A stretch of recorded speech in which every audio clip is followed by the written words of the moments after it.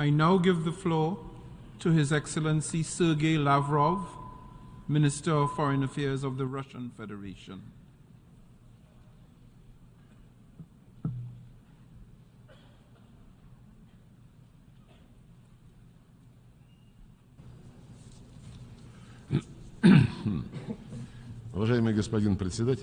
Mr. President, ladies and gentlemen, in the statements of many previous speakers, the idea that our shared planet is experiencing irreversible changes was mentioned right in front of our eyes. There is a new world order being born.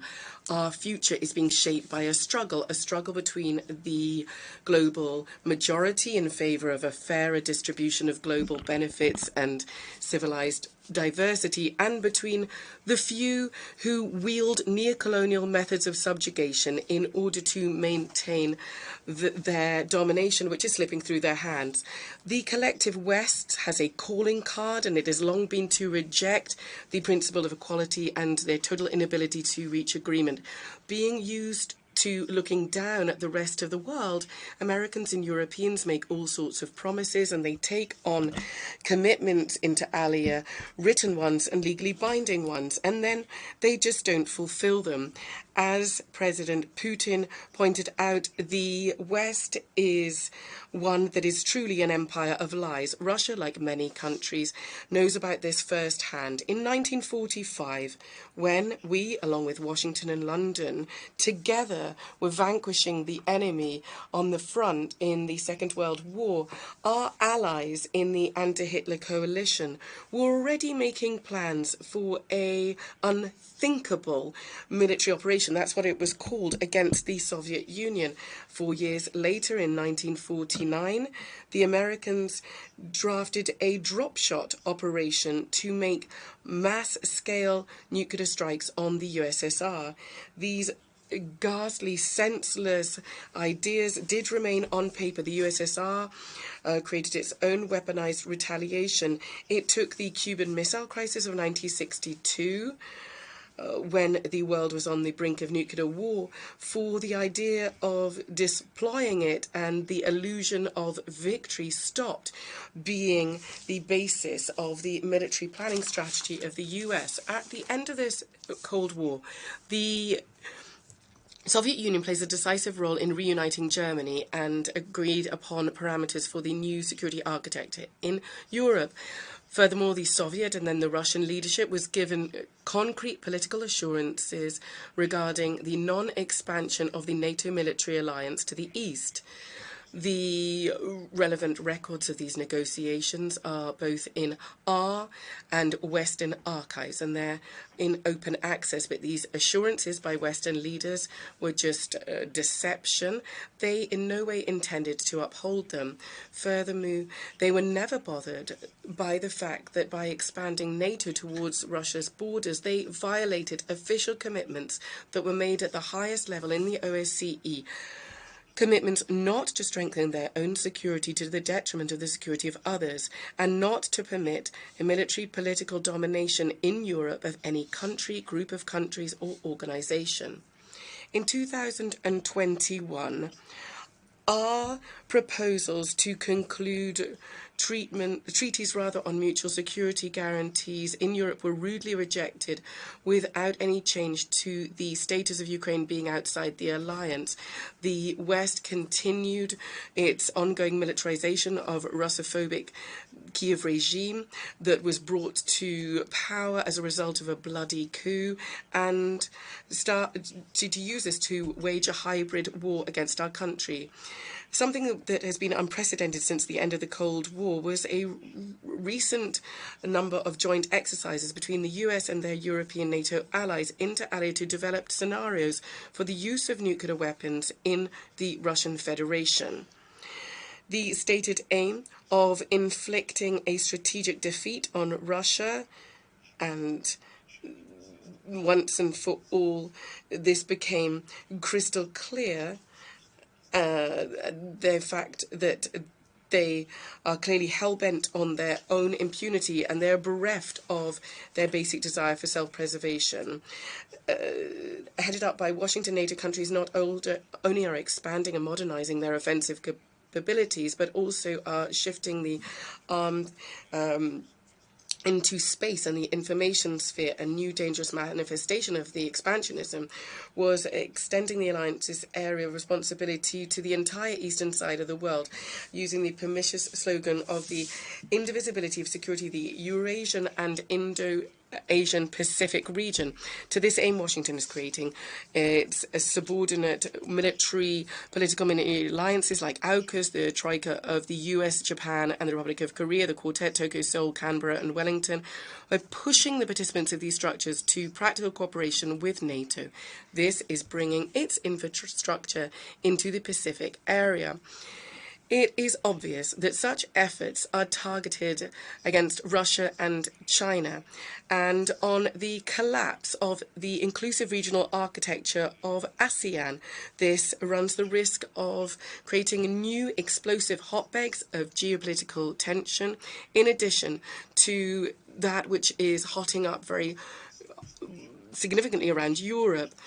One certainly has the impression that the US and the Western collective that is fully subordinate to it have decided to turn the Monroe Doctrine into a global one.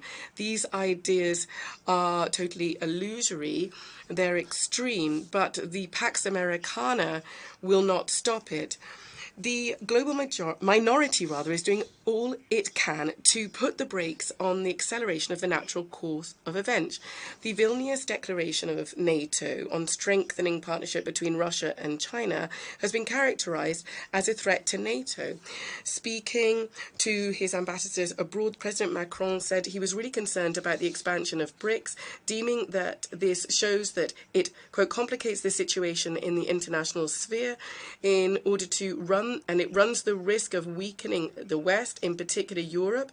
A review of the world order is underway, as is of its principles, and is undermining the way that the West is working. This is the end of that quote. So here's a revelation. If anybody wants to meet without us, become closer without us, or without our consent, then that poses a threat. The pushing of NATO into the Asia-Pacific region is something good, but the expansion of BRICS is dangerous. However, this logic is inexorable. The main trend has become for the global majority to strengthen their national interests, their sovereignty, their traditions, their culture, and their way of life. They don't want to live under anybody's yoke anymore. They want to make friends between themselves, solely on an equal footing and for mutual benefit. And such organizations such as BRICS and the Shanghai Cooperation Organization are on the rise, and they are defending their rightful role in forming objectively our multipolar architecture. Perhaps for the first time since 1945, when the UN was established, there is now a chance for genuine democratization of global affairs.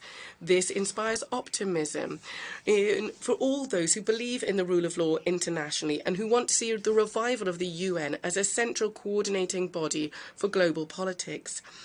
A body where decisions are made about how to reach decisions together, having a fair balance of interests. For Russia, it is clear that there's no other option. However, the US and its subordinate Western collective are continuing to fuel conflicts, which artificially divide humanity into hostile blocs and hamper the achievement of overall aims. They're doing everything they can to prevent the formation of a genuine multipolar, fair world order. They are trying to force the world to play according to their own self-centered rules. I would like to urge Western politicians and diplomats once again to carefully reread the UN Charter. The cornerstone of the world order, established at the end of the Second World War, is the democratic principle of the sovereign equality of states, large and small, irrespective of their form of government, of their domestic, political, and socio-economic structures. However, the West still believes that it is superior to everybody else. In light of what was said, the pernicious statement by the EU head of diplomacy, Mr. Borrell, namely that Europe is a blossoming garden and the rest is a jungle. He's not bothered by the fact that in the garden there's rampant Islamophobia and other forms of intolerance to traditional values of all world religions, burnings of the Quran, discrimination of the Torah, persecutions of Orthodox clergy, and disdain for the feelings of believers are very commonplace in Europe. A gross violation of the principle of sovereign equality is the use by the West of unilateral coercive measures. Countries which are victims of these illegal sanctions, and there are an increasing number of them, are well aware that restrictions harm first and foremost the most vulnerable strata of society. They provoke crises in the food and energy markets. We continue to insist on a swift and full cessation of the US's unprecedented, inhumane trade and economic financial blockade of Cuba, and for a lifting of the absurd decision to declare Cuba a state sponsor of terrorism. Washington must, without any preconditions, abandon its policy of economic suffocation of Venezuela. We call for the lifting of unilateral sanctions by the US and the EU against Syria that openly undermine its right to development. Any measures that circumvent the UN and that are coercive measures must be ended, as must the West's weaponized practice of manipulating the Security Council sanctioned policies to exert pressure on those they don't like. Something which clearly demonstrates the West's self-centeredness in their attempts to Ukrainize the international agenda by pushing onto the back burner a number of unsettled, unresolved regional conflicts, or crises rather, that many have been in place for decades now. The need in the Middle East really depend on solving the protracted Palestinian-Israeli conflict based on the UN resolutions and the Arab Peace Initiative. The Palestinians, for more than 70 years now, have been awaiting their solemnly made promise to them of having their own state. However, the fact that the Americans are monopolizing the mediation process means that they're doing everything they can not to allow this. We call for a pooling of efforts of all responsible countries to create conditions to resume direct Palestinian-Israeli negotiations. We are pleased that the League of Arab States has got its second wind. It's stepping up its role in the region. We welcome the return of Syria to the Arab family, and we welcome the start of the normalization process between Damascus and Ankara, which we are shoring up with our Iranian colleagues. All these positive signs are backed up by the Astana format, which foster the Syrian settlement. We do hope that with the assistance of the UN, the Libyans can prepare for general elections in their long-suffering country that for more than 10 years has not got back on its feet after the NATO aggression that destroyed their state and opened the floodgates for the spread of terrorism to the Sahel region and waves of millions of illegal migrants to Europe and other areas of the world. The analysts have said as soon as Muammar Gaddafi abandoned his military nuclear program, he was destroyed. Thus, the West has created astonishing risk for the entire nuclear non-proliferation regime. We're concerned by Washington and its Asian allies whipping up hysteria on the Korean Peninsula, where the strategic capabilities of the US are building up. The Russia-Chinese initiative to deem humanitarian and political challenges as a priority have been rejected. There's been a tragic development of the situation in Sudan. It's nothing other than the impact of the failed Western experiment to export its liberal and democratic dogma to the country. We support the constructive initiatives to speed up regulation or rather settlement of the domestic Sudanese conflict by providing assistance to have direct dialogue between the warring parties. When we see the nervous relation of the West to recent events in Africa, in particular Niger and Gabon, one cannot fail to recall how Washington and Brussels responded to the bloody coup in Ukraine in February in 2014.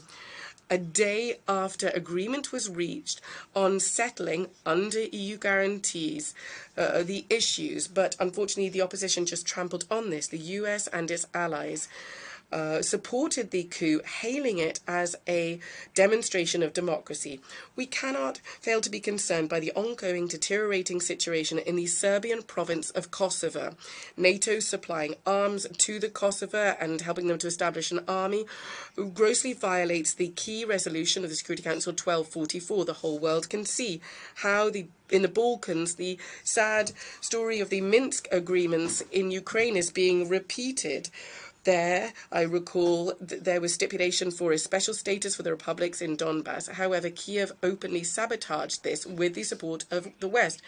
Just now as well, the EU does not want to force its Kosovo protégés to implement the agreements that were made between Belgrade and Pristina in 2013 to set up a community of Serbian municipalities of Kosovo.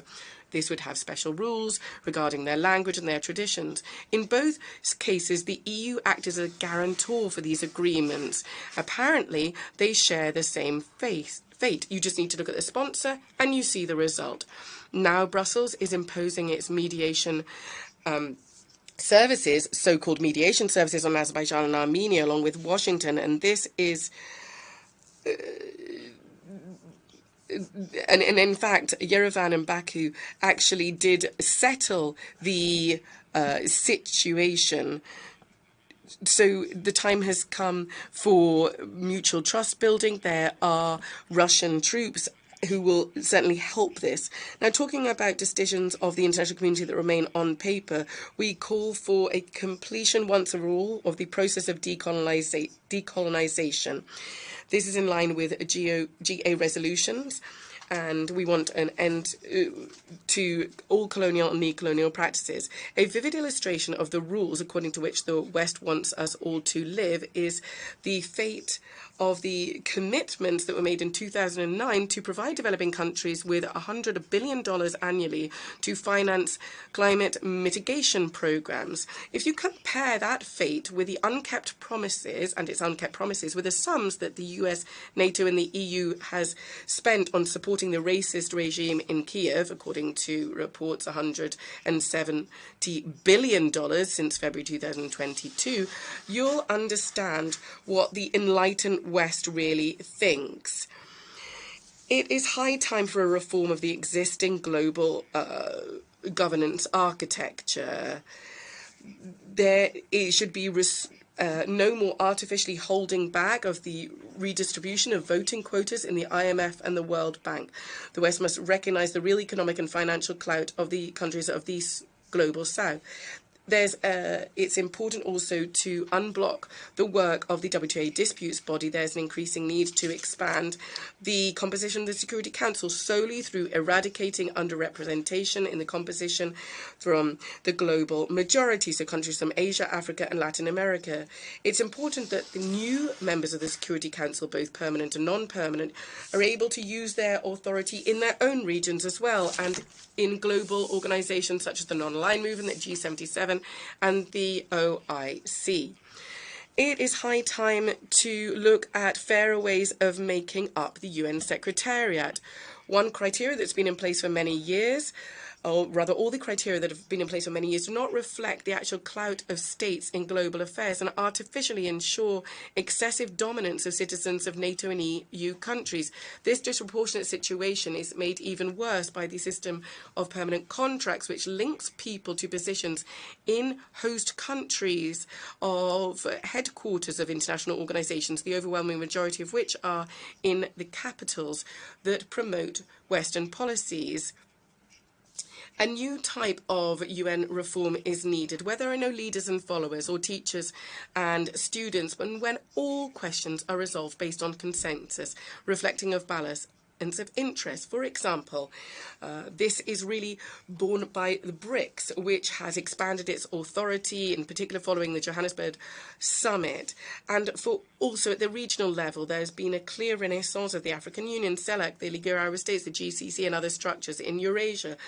A harmonization of integration processes is underway as part of the Shanghai Cooperation Organization, ASEAN, the CSTO. the Eurasian Economic Community, and the CIS, the Chinese Belt and Road Project. Natural formations for a greater Eurasian partnership is underway as well. This is open to all associations and countries of our shared continent without exception.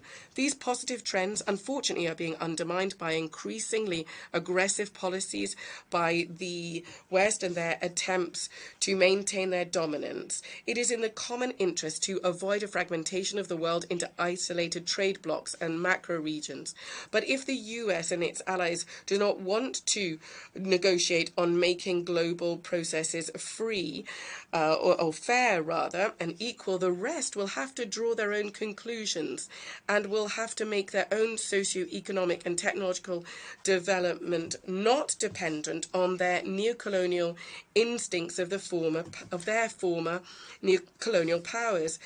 The main problem lies with the West because developing countries are prepared to negotiate. For example, in the G20, and we see clearly that the G20 must and should avoid politicization. It should be able to be engaged in methods to develop mutually acceptable ways of governing the world economy and finances. It's important to have dialogue, and we mustn't miss this opportunity. All these trends must fully be borne in mind by the UN Secretariat.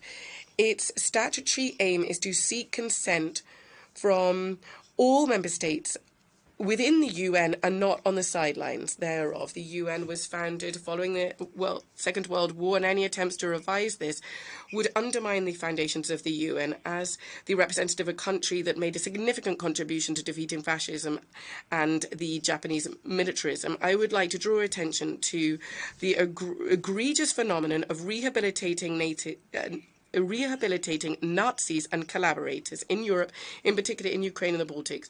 A particularly concerning fact is, for the first time last year, there was a GA resolution to combat glorification of Nazism, but for the first time this was voted against by Germany, Italy and Japan. This regrettable fact calls into question the true repentance of these states for the mass crimes carried out against humanity by them during World War II. It also runs counter to the conditions under which they were accepted into the UN as fully fledged members.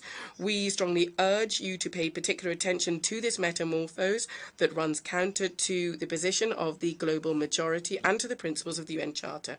Mr. President, today humanity, as it has done in the past, is at the crossroads. It is entirely up to us how history will play out. It is in our shared interest to prevent a downward spiral into large-scale war and to prevent the final collapse of the mechanisms for international cooperation that were put in place by our predecessors. The SG put forward an initiative next year to hold a summit of the future. This can only be successful by having a fair balance of interests of all member states with the respect of the intergovernmental character of our organisation.